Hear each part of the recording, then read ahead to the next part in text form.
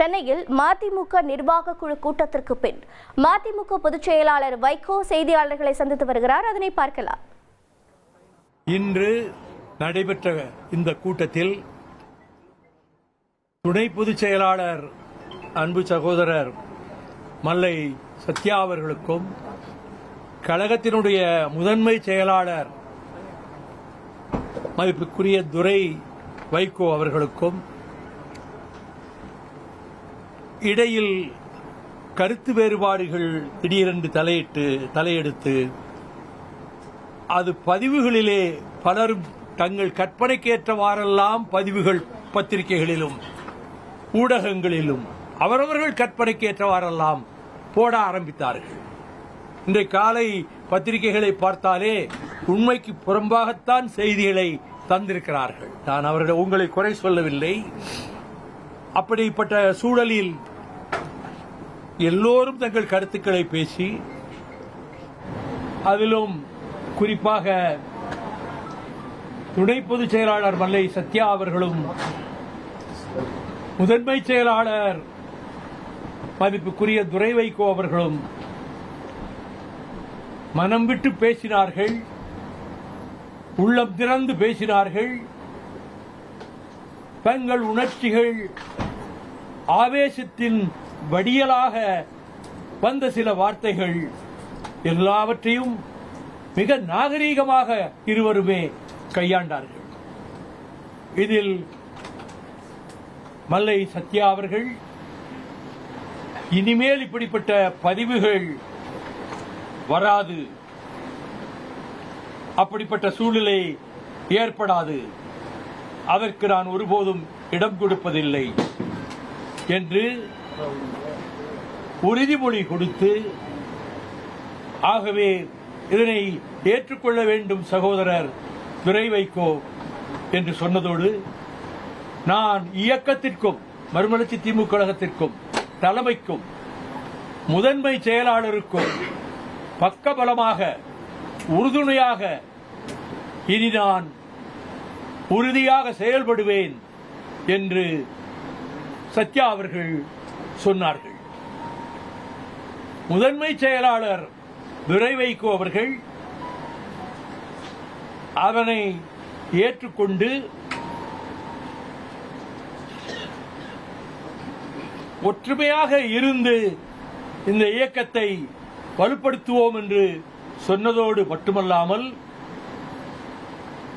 நடந்தவைகள் நடந்து முடிந்தவைகளாக இருக்கட்டும், இனி நடப்பவைகள் நல்லவைகளாக இருக்கட்டும் என்று துரை வைகோ அவர்கள் கூறியதோடு, இருவரும் ஒருவரை ஒருவர் கட்டி தழுவிக்கொண்டு கரம் குலுக்கி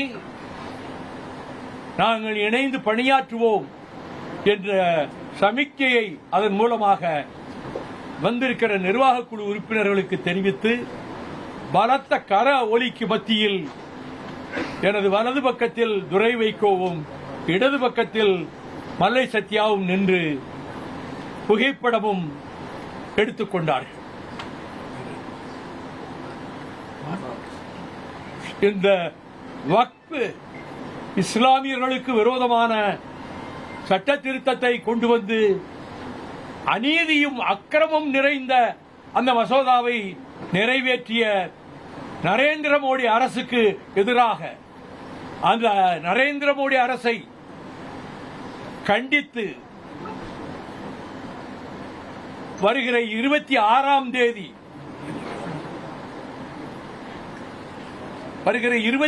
தேதி காலை 10 மணிக்கு சென்னையில் மறுமலர்ச்சி திராவிட முன்னேற்ற கழகம் ஆர்ப்பாட்டம் நடத்துவது என்று தீர்மானிக்கப்பட்டிருக்கிறது. இதில் சென்னை மாநகரில் நானும் துணை பொதுச் செயலாளர் மல்லை சத்யா அவர்களும் துணை பொதுச் செயலாளர் AK மணி அவர்களும் மற்ற கழக தோழர்களும் நாங்கள் கலந்து கொள்வோம். மதுரையில் முதன்மை செயலாளர் துரை வைகோ அவர்களும் சட்டமன்ற உறுப்பினர் புதூர் பூமிநாதன் அவர்களும் துணை பொதுச் செயலாளர் திமு ராஜேந்திரன் அவர்களும் தலைமை தாங்கி நடத்துவார்கள். கோவையில் அவைத்தலைவர் ஆடிட்டர் அர்ஜுனராஜ் அவர்களும் கழகத்தின் பொருளாளர் செந்திலதிபன் அவர்களும் அந்த மண்டலத்திலே உள்ள மாவட்ட செயலாளர்களும் இந்த 3 இடங்களிலும் சென்னை, மதுரை, கோவை, திருச்சியில் அண்மையில் தான் நம்முடைய நாடாளுமன்ற உறுப்பினர் துரை வைகோ அவர்கள் தலைமையில் 10,000க்கு மேற்பட்டோர் கலந்து கொண்ட ஆர்ப்பாட்டத்தை நடத்தி முடித்திருக்கிறார்கள். அதனால் தான் திருச்சியை நாங்கள் தேர்ந்தெடுக்கவில்லை. மற்ற 3 இடங்களிலும் இந்த ஆர்ப்பாட்டம் நடைபெறும். கழகத்தின் பொதுக்குழு ஜூன் மாதத்தில் நடைபெறும். தேதி, இடம் பின்னர் அறிவிக்கப்படும்.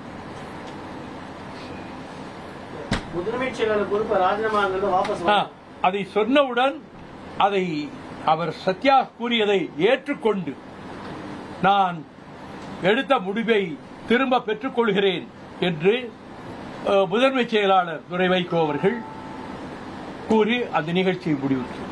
கசப்பான விஷயங்கள் என்ன மாதிரியான கசப்பான விஷயங்கள் என்ன காரணத்தினால பேச முடியாது. ஒரு குடும்பத்துக்குள்ள நடக்கிற மாதிரி அது பேசி பரஸ்பரம் பேசிக் கொண்டிருந்தது. கட்டுக்கோப்பாக இருக்கக்கூடிய இயக்கம் பல போராட்டங்கள் இயக்கங்கள் பண்ணும்போது தொண்டர்கள் அரவணைச்சு இருப்பீங்க. இப்படி பேச வேண்டிய சூழலுக்கு வந்ததுக்கான காரணம் அது நீரடித்து நீர் விலகாது.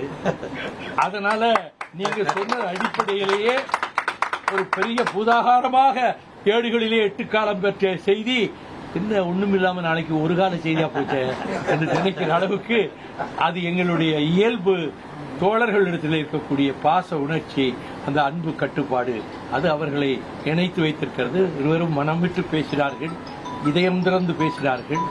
அதை மகிழ்ச்சியாக அனைவரும் கைதட்டி வரவேற்றார்கள். திமுக கூட்டணியிலே இது ஒரு பின்னடைவை ஏற்படுத்தும் நினைக்கிறீங்க? இது எப்படி பின்னடைவை ஏற்படுத்தும்?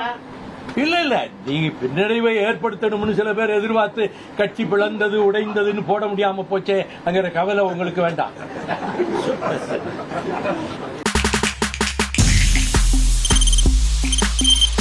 தவிர்க்க முடியாத தம்ப்நெயில்ஸ், கலக்கலான கண்டென்ட்ஸ், சினிமாவும் சீரியஸ் பிரச்சனைகளும், சும்மாவே ராம் சரண் தளபதி விஜய் எப்படா பெரிய கலகலப்பும் கைகலப்பும்.